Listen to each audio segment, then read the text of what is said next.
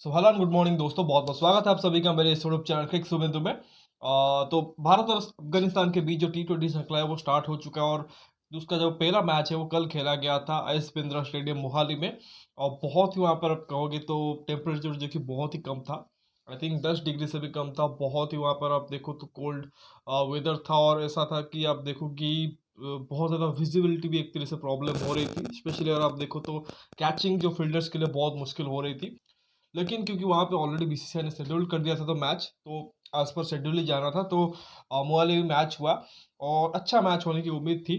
और बहुत अच्छा मैच हुआ है। टीम इंडिया ने बहुत ही इजीली अगर कहे तो पहला मैच जीत लिया है 2024 में। और आप देखो तो जो पहला टेस्ट मैच खेला था टीम इंडिया ने उसको जीत के साथ स्टार्ट किया था साउथ अफ्रीका में। और सीरीज जो कि वो ड्रॉ करा के आए थे। और उसके बाद अगर आप देखो जो पहला T20 है और just before the T20 world cup सिर्फ 3 ही T20 मैचेस है जो कि अफगानिस्तान के अगेंस्ट ही खेल रहे हैं।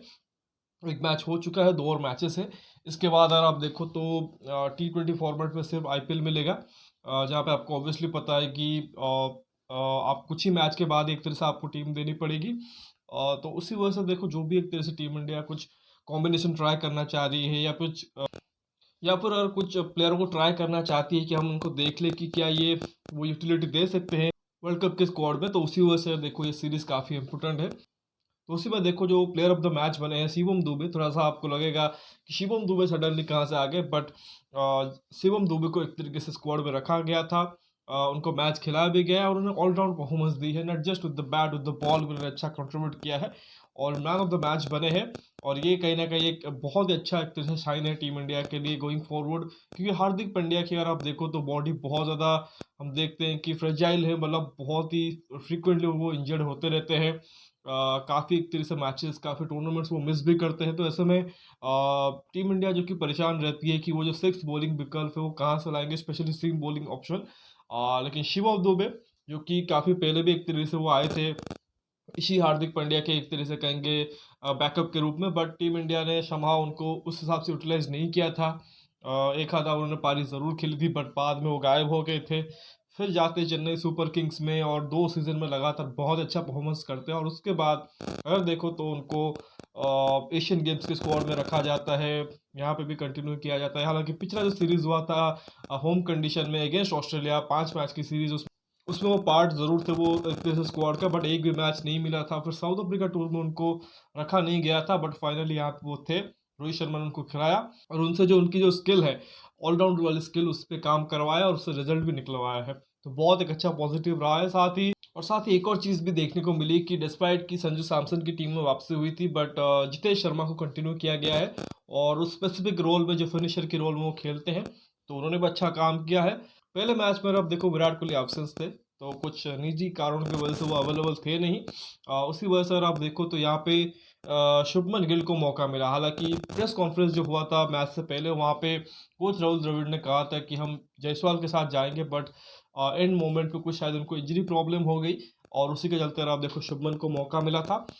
रिंकू को भी यहाँ पे मौका मिल गया बिकॉज फुल स्क्वाड नहीं है। ओवरऑल देखो टीम इंडिया ने बड़ी आसानी से मैच जीता है। जहाँ तक अफगानिस्तान टीम की बात करें तो उनके लिए झटका था कि रशीद खान इस सीरीज से मतलब टीम के साथ तो ट्रैवल कर रहे हैं बट शायद मैच नहीं खेलेंगे क्योंकि उनकी भी इंजरी प्रॉब्लम है। अफगानिस्तान ने अगर आप देखो तो पहले बैटिंग किया और एक ठीक ठाक टोटली बनाया, मतलब बहुत ज़्यादा नहीं कहेंगे। कंडीशन को देखते हुए मोहाली में नॉर्मली अगर आप देखो बैटिंग सरफेस होती है और ड्यू के वजह से वहाँ पे और भी ज़्यादा ईजी होता है रन चेस करना। संभव लगा कि थोड़े से वो जो बैटिंग फायर पावर है उनकी सही तरीके से इस्तेमाल कर नहीं पाए। और उसके बाद बॉलिंग ऑब्वियसली उसमें राशिद नहीं है। उसी वजह से अगर आप देखो जो उनका बॉलिंग हटा के थोड़ा सा हल्का पड़ गया था और फिर टीम इंडिया ने बहुत ही ईजिली मैच जीता है। तो स्कोर कार्ड के बारे में आपको ज़रूर बताऊंगा। तो सबसे पहले अगर आप देखो वही था कि टॉस जीता इंडिया ने और कहाँ हम फील्डिंग करेंगे क्योंकि ऑब्वियसली इन कंडीशन में आप चाहते हो एक तरीके से कि आप रन चेस करो। और गेंदबाजी अगर आप देखो तो टीम इंडिया ने ठीक ठाक ही की। बिश्नोई को खिलाया था कुलदीप से ऊपर और दो ही पेसर खिलाए थे वहाँ पे मुकेश और अर्शदीप। अ, थोड़ी सी बैटिंग को स्ट्रेंथन करने के लिए अक्षर और सुंदर दोनों को ही खिलाया था ताकि वॉशिंगटन सुंदर नंबर 8 हो जाए, थोड़ी सी बैटिंग डेप्थ मिल जाए। दो जेन्युइन पेसर और फिर शिवम दुबे जो थोड़े से पार्ट टाइम पेस डालते हैं उनके साथ गए थे। ठीक ठाक गेंदबाजी की अगर आप देखो तो 158 पे 5 एक तरीके से अफगानिस्तान ने फिनिश किया 20 ओवर। आई थिंक शुरुआत में अगर आप देखो 7-8 ओवर तक विकेट ज़रूर नहीं गिरे थे बट इंडियन गेंदबाजों ने काफ़ी अच्छी गेंदबाजी की थी और रिजल्ट के तौर पे अफगानिस्तान बहुत क्विकली एक तरह से रन नहीं कर पाए। और सेकंड चीज़ ये है कि शायद उन्होंने कोशिश भी नहीं की, जो उनके बैटर थे, गुरबाज है या इब्राहिम जदरान है, इनसे आप उम्मीद करते हो कि थोड़ी सी तेज़ गति से खेले, बट समहाउ वो भी ऐसा लग रहा था कि जैसे बहुत ज़्यादा अटैक करने को देख नहीं रहे हैं, सर्वाइव करने की कोशिश कर रहे हैं, और उसी वजह से इंडियन टीम कंट्रोल में थी। उसी वजह से देखो कि बहुत ज़्यादा स्कोर बनाने नहीं दिए। गुरबाज ने 23 रन किए हैं बट 28 बॉलों में। अब देखो ये वनडे के स्ट्राइक रेट से बैटिंग कर रहे थे, गुरबाज से उम्मीद बहुत ज़्यादा है स्पेशली अफगानिस्तान टीम से, लेकिन इन्होंने निराश ही किया है। इब्राहिम जदरान ने भी 25 किए हैं 22 बॉलों में। दैट मीन्स दोनों ही जो खिलाड़ी थे वो उन्होंने एक तरह से बिलो पार बैटिंग करके गए हैं। T20 में आप ऐसा एक्सपेक्ट नहीं करते हैं। अजमतुल्ला उमरजाई जो कि इस बार आईपीएल ऑक्शन में भी पिक हुए हैं, बहुत अच्छा ऑलराउंडर है, उन्होंने फिर भी आप देखो तो 29 रन किए हैं 22 बॉलों में। थोड़ी सी कोशिश ज़रूर की थी। रहमत शाह जो कि डेब्यू कर रहे थे, जो काफ़ी एक्सपीरियंस प्लेयर है, बट T20 फॉर्मेट में अभी तक उनको मौका नहीं मिला था। उन्होंने पहली पारी में अगर आप देखो 3 रन ही किए हैं 6 बॉलों में, तो बहुत ज़्यादा कुछ उन्होंने किया नहीं है। इसके बाद अगर आप देखो मोहम्मद नबी जो उनके तरफ से सबसे बेहतरीन बैट्समैन थे, बहुत ही सीनियर खिलाड़ी है, बट अभी भी अगर आप देखो अच्छे खासे बैटिंग कर रहे हैं, अच्छे खासे तरीके से अगर आप देखो जो अपना ऑलराउंड स्किल है वो भी दिखा रहे हैं। सिर्फ और सिर्फ 27 बॉल में 42 किए हैं, 2 चौके और 3 छक्के मारे हैं। और ये जो पार्टनरशिप थी अजमतुल्ला उमरजई और मोहम्मद नबी के बीच, वही एक तरह से रीज़न बना कि 130 और 150 के बीच का फ़र्क बना। अदरवाइज ये टीम जो कि वो 120-30 पे एक तरह से रुक जाती। नीचे से अगर आप देखो नजीबुल्ला ने 19 किए हैं 11 में, और करीम जन्नत ने 9 किए हैं 5 बॉलों में। और जिसके चलते आप देखो तो अफगानिस्तान ने फिर भी अगर आप देखो एक रेस्पेक्टेबल टोटल खड़ा किया। जहाँ तक इंडिया की गेंदबाजी की बात करें, 6 बॉलिंग विकल्प का टीम इंडिया ने एक तरह से इस्तेमाल किया था, जिसमें अगर आप देखो तो मुकेश कुमार और अक्षर पटेल दो एक तरह से कहेंगे कि कामयाब गेंदबाज रहे। अक्षर ने 4 में 23 रन देके 2 आउट किया, जबकि मुकेश ने 4 में 33 रन देके 2 आउट किया। अर्शदीप बोल्ड वेल, बट उनको विकेट नहीं मिला। 4 ओवर में एक मेडन डाला है, 28 रन दिए हैं। एक दो चांसेस उनके बॉल पे एक तरह से ड्रॉप हुए, वरना उनके विकेट कॉलम पर भी एक दो विकेट ज़रूर होते। वॉशिंगटन सुंदर ने 3 में 27 दिए हैं, थोड़े से महंगे साबित हुए हैं। शिवम दुबे ने सिर्फ 2 ओवर किया है, जिसमें उनको 9 रन पड़े हैं और एक विकेट भी लिया है। इब्राहिम जदरान को उन्होंने आउट किया था। रवि बिश्नोई समहाव थोड़ा सा मतलब कंट्रोल नहीं कर पाए बॉल को, क्योंकि वहाँ पे बहुत ज़्यादा ठंड थी, उसी वजह से शायद थोड़ा सा उनके लिए मुश्किल भी हो रहा था। उसी वजह से देखो थोड़ा सा महंगे साबित हुए हैं। 3 में 35 रन पड़े हैं, तो ओवरऑल देखो बॉलिंग तो टीम इंडिया की ठीक ठाक ही थी। और उसके बाद बारी थी रन चेज की, लेकिन रन चेज में आप देखो दूसरी बॉल पे बहुत ही बड़ा मिक्सअप घटा, और जो दोनों ही ओपनर थे रोहित शर्मा और शुभमन गिल काफ़ी टाइम से ओपन भी कर रहे हैं। आई थिंक वनडे और अगर आप देखो टेस्ट में उन्होंने ओपन किया है, T20 में भी शायद ओपन नहीं किया है, पहली बार शायद कर रहे थे। और दूसरी बॉल पर अब देखो रोहित शर्मा ने शॉट खेला, सामने भागे, वो रन भी था, बट शुभमन गिल जो कि वो बॉल वॉचिंग कर रहे थे, दैट मीन्स वो अपने जो पार्टनर थे रोहित शर्मा उनकी तरफ देख ही नहीं रहे थे, और उसी वजह से मिसकम्युनिकेशन हुआ। रोहित शर्मा और शुभमन गिल जो कि एक ही एंड पे खड़े हो गए, नॉन स्ट्राइकर एंड पे, और उसके बाद ऑब्वियसली रोहित शर्मा को बहुत गुस्सा भी आया। उन्होंने कुछ आई थिंक शुभमन गिल को कहा भी, डांटा ही एक तरह से कह सकते हो, और उसके बाद फ्रस्ट्रेशन में वो चले गए। 2 बॉल पे 0 उन्होंने किए हैं। ऑलमोस्ट 13-14 महीने के बाद एक तरीके से आप देखो कमबैक कर रहे थे, अच्छी कप्तानी की, बट जब बैटिंग की बारी आई तो बिना खाता खोले ही आउट हुए। हालांकि उसके बाद अगर आप देखो शुभमन ने बहुत ही कुछ ज़बरदस्त शॉट खेले, और क्विक फायर आप देखो 23 किए 12 बॉलों में, बट ओवर एग्रेसिव होने के चक्कर में वो आउट हुए। मुजीब ने उनको आउट किया, स्टंप किया गुरबाज के हाथों, और वो आई थिंक उनका कैरेक्टर भी नहीं है कितना मतलब क्विक रन बनाने की। अभी भी देखो कि 190 के स्ट्राइक रेट से बैटिंग करके गए हैं। दैट मीन्स कहीं ना कहीं उनके ऊपर प्रेशर ज़रूर था, जो आई थिंक राहुल द्रविड़ ने भी कहा था कि हम रोहित और जायसवाल से ओपन कराएंगे। दैट मीन्स वो चाहते हैं ऊपर थोड़ी सी फायर पावर जो कि थोड़ी सी तेज़ गति से बैटिंग करे, और यशस्वी नेचुरली वो एक तरह से गेम लाते हैं। रोहित शर्मा ने हमने रिसेंटली देखा जिस तरह से वो ओडीआई में बैटिंग कर रहे थे, इस मैच में अगर आप देखो सेकंड बॉल पे स्टेप आउट किया था, तो कहीं ना कहीं शुभमन गिल भी कोशिश कर रहे हैं कि मैं भी उसी तरह का एक तरह से क्रिकेट खेलूँ और थोड़े से तेज़ रन बनाऊँ, ताकि कप्तान और कोच को लगे कि शायद हम शुभमन के साथ भी जा सकते हैं। बट आई थिंक जो उनका नेचुरल गेम है, जो लंबी इनिंग्स वो खेलते हैं, शायद वो नहीं कर पाए। और अभी तक अगर आप देखो तो T20 में समहाउ इंटरनेशनल में शुभमन गिल ने थोड़ा सा निराश ही किया है, तो उनसे उम्मीद थी कि मैच एक तरह से लॉन्ग लेके जाएंगे, स्पेशली रोहित शर्मा को आउट करने के बाद, बट वो थोड़ा सा जल्दी में थे। उसके बाद अगर आप देखो तिलक वर्मा और शिवम दुबे, काफ़ी सारे लेफ्ट हैंडर्स अब टीम इंडिया में हो चुके हैं, तो दोनों ही बल्लेबाज इनिशियली स्ट्रगल करते रहे, तिलक वर्मा का through out the inning struggle चला, उसी पर देखो उन्होंने 26 किए 22 बॉलों में, 2 चौके और 1 छक्का मारा है। तो उस हिसाब से एक तरीके से फ्रीली वो बैटिंग कर नहीं पाए और आउट हुए। शिवम दुबे ने अपना टाइम लिया, लेकिन बहुत ही अच्छी पारी खेली है और 60 रन बनाए हैं 40 बॉलों में, 5 चौके और 2 छक्के मारे हैं। सबसे बढ़िया चीज़ है कि नॉट आउट गए हैं और छक्के और चौके मार के मैच फिनिश करके गए हैं। और बहुत ज़्यादा टाइम भी नहीं लिया, 50 बनाने के बाद जल्दी मैच ख़त्म कर दिया। तो वो चीज़ देखने अच्छी लगी कि जब आप एक प्लेयर का एक तरह से रिप्लेसमेंट ढूंढ रहे हो, जैसे हार्दिक पांड्या हो गई, कि काफ़ी टाइम से एक तरह से वो इंजरी के प्रॉब्लम जो कि उनके साथ है। कभी शिवम दुबे को एक तरह से टीम इंडिया लाती है, कभी वेंकटेश अय्यर को लाते हैं, तो कभी स्पिन बॉलिंग ऑलराउंडर के तौर पर दीपक हुड्डा या तिलक वर्मा को लाते हैं, बट कभी उनको यूटिलाइज नहीं करते हैं। तो कभी मैचेस नहीं देते हैं, कभी मैचेस खिलाते हो तो सिर्फ बैटिंग कराते हैं, बॉलिंग कराते नहीं है और इन एंड आउट ही रहते हैं प्लेयर। उसी के चलते अगर आप देखो तो वो प्लेयर बन नहीं पाता है। लेकिन ऐसा नहीं है कि टीम इंडिया के पास ऑप्शन ही नहीं है, शिवम दुबे एक अच्छा ऑप्शन है। और रिसेंटली अगर आप देखो वो रणजी ट्रॉफी मैच में आई थिंक 5 और लेके आए थे, तो वो कॉन्फिडेंस था जिसके चलते वो आए और जो उन्होंने गेंदबाजी की, अच्छी गेंदबाजी की, विकेट भी निकाली और वही कॉन्फिडेंस के साथ उन्होंने बैटिंग भी किया है। हालांकि 60 रन में से अगर आप देखो 40 बॉलों में एक मेडन ओवर भी उन्होंने खेला है जो कि पावर प्ले में था। आई थिंक 6th ओवर था। तो उस वक्त अगर आप देखो कोई भी एक तरह से देखेगा उस मैच को, तो वही लगेगा कि शुभम दुबे तो बहुत ही खराब खेल रहे हैं, मेडन ओवर कैसे खेल रहे हैं। बट उनके पास वो रेंज है, वो आई थिंक एबिलिटी है बड़े छक्के मारने की, कि वो बाद में कवर अप कर सकते हैं और वही चीज़ उन्होंने दिखाई। अच्छा यही किया कि मैच फिनिश करके आए हैं और विकेट फेंक के नहीं आए हैं। अभी भी आप देखो कि उनके गेम में कुछ लिमिटेशन है और उनको कुछ काम करना पड़ेगा। और वो हार्दिक पांड्या की अभी भी शायद आप बोलोगे कि परफेक्ट रिप्लेसमेंट तो नहीं है, लेकिन अगर आपको ज़रूरत पड़ती है कि अगर सपोज कि हार्दिक की इंजरी प्रॉब्लम ठीक नहीं हो पाती, वो अवेलेबल नहीं हो पाता, तो फिर I don't think there is any harm to picking Shivam Dube in the 15 member squad of world T20। और साथ ही अगर आप उनको 15 में फिट नहीं कर पा रहे हैं, अगर हार्दिक फिट हो रहे हैं, तो फिर आप उनको रिजर्व में भी रख सकते हो कि अगर ज़रूरत पड़ जाए तो आप उनको ले सकते हो। और बाकी जितेश शर्मा, आई थिंक संजू सैमसन को शायद फैंस चाह रहे होंगे, संजू सैमसन को अपॉर्चुनिटी मिली है तो उनको मिल जाए चांस।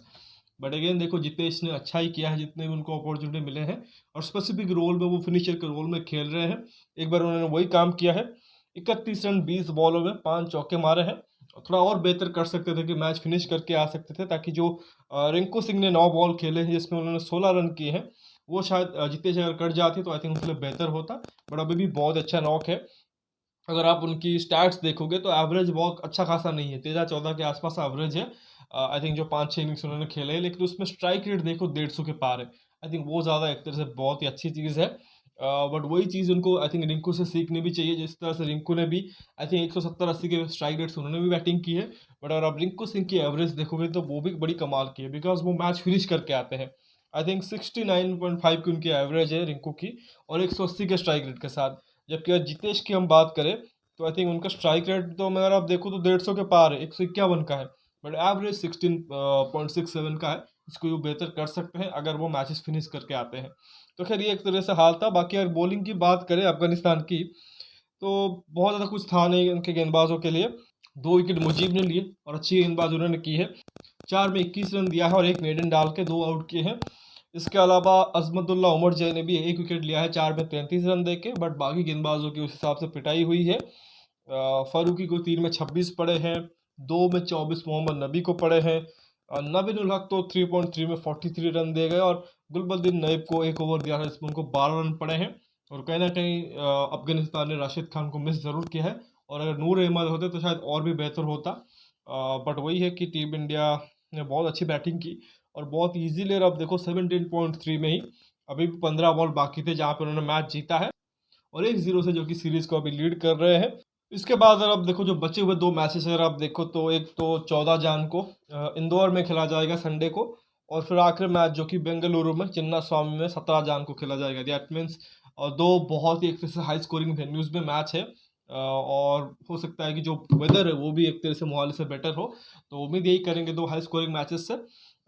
बट ये उम्मीद करेंगे कि अफगानिस्तान की जो बैटिंग है specially at the top, Gurbaz हो गए, जदरान हो गए, वो थोड़ा सा एक्सप्लोसिव बैटिंग करे ताकि थोड़ा सा मज़ा आए।